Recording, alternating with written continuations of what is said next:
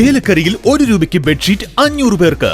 വസ്ത്രങ്ങളിൽ വിലക്കുറവിന്റെ വിപ്ലവം തീർത്തുകൊണ്ട് മുന്നേറിക്കൊണ്ടിരിക്കുന്ന വസ്ത്രമഹാത്ഭുതത്തിന്റെ ഉദ്ഘാടനത്തോടനുബന്ധിച്ച് ഉദ്ഘാടന ദിവസമായ ജനുവരി 2-ാം തീയതി വ്യാഴാഴ്ച മുതൽ ജനുവരി 4 ശനിയാഴ്ച വരെ ഔട്ട്ലെറ്റിൽ നിന്നും ഓരോ ദിവസവും പർച്ചേസ് നടത്തുന്ന 500 ഉപഭോക്താക്കൾക്ക് വസ്ത്രമഹാത്ഭുതം, ചേലക്കര പഴയന്നൂർ റോഡ്, മേപ്പാടം, ചേലക്കര.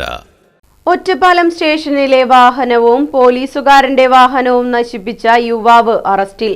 പാലക്കാട് നൂറണി പട്ടാണി തെരുവിലെ ഷബീർ അലിയെയാണ് ഒറ്റപ്പാലം പോലീസ് അറസ്റ്റ് ചെയ്തത്.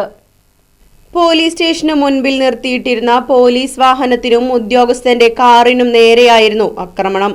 മദ്യപിച്ച് വാഹനം ഓടിച്ച സുഹൃത്തിനെ ജാമ്യത്തിലെടുക്കാൻ ജനുവരി 17 ശനിയാഴ്ച രാത്രി എത്തിയതായിരുന്നു ഷബീർ അലി. നിരവധി ക്രിമിനൽ കേസുകളിൽ ഉൾപ്പെട്ടയാളായതിനാൽ ഷബീർ അലിയെ ജാമ്യം നിൽക്കാൻ അനുവദിക്കില്ല എന്ന് പോലീസ് വ്യക്തമാക്കിയിരുന്നു.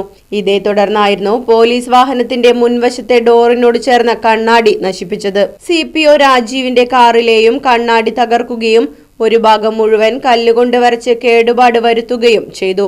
എന്നാൽ വാഹനങ്ങൾക്ക് കേടുപാട് വരുത്തിയതാരെന്ന് പോലീസിന് ആദ്യം അറിയില്ലായിരുന്നു. പിന്നീട് സംശയം തോന്നിയ പോലീസ് ഇയാൾ വാടകയ്ക്ക് താമസിക്കുന്ന വീട്ടിലെത്തി ശനിയാഴ്ച കസ്റ്റഡിയിലെടുക്കുകയായിരുന്നു.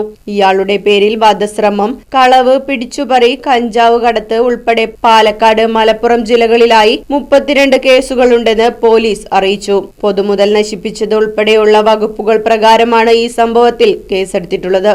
Right vision news, Ottapalam.